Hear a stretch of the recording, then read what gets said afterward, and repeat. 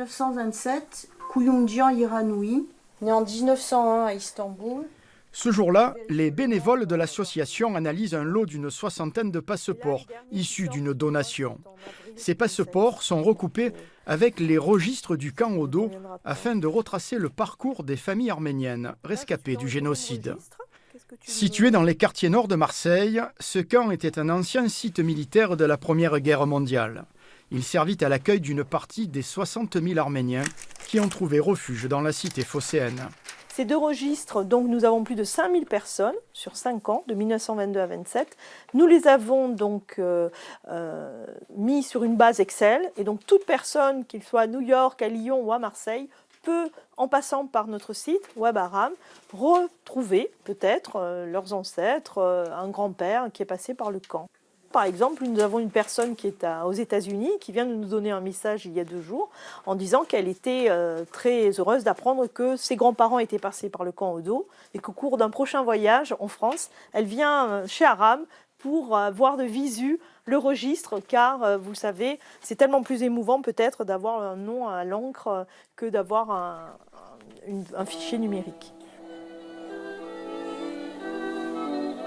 Créée en 1997, l'Association pour la recherche et l'archivage de la mémoire arménienne collecte, archive et préserve tous les documents, photos, journaux, livres, musique, en lien avec l'histoire tragique de la diaspora.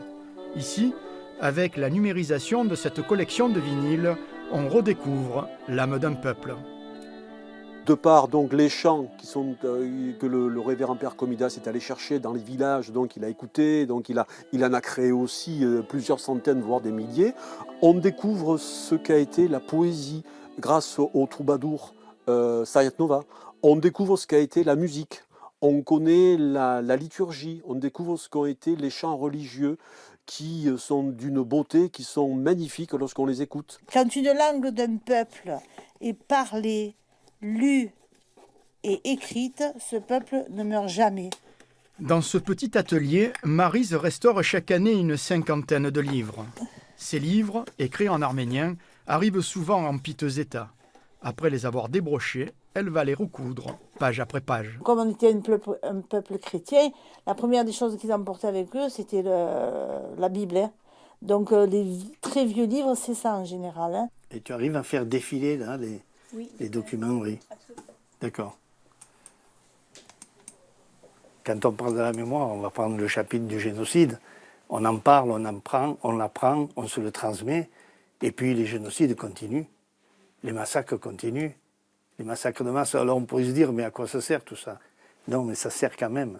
Ça sert que si on est conscient et averti du passé, ça permet de mieux appréhender l'avenir et d'éviter autant que faire se peut les mêmes tragédies. Au fil des ans, l'association a numérisé sur son site des milliers d'informations. Aujourd'hui, ce fonds, unique en France, est désormais gratuitement accessible à tous.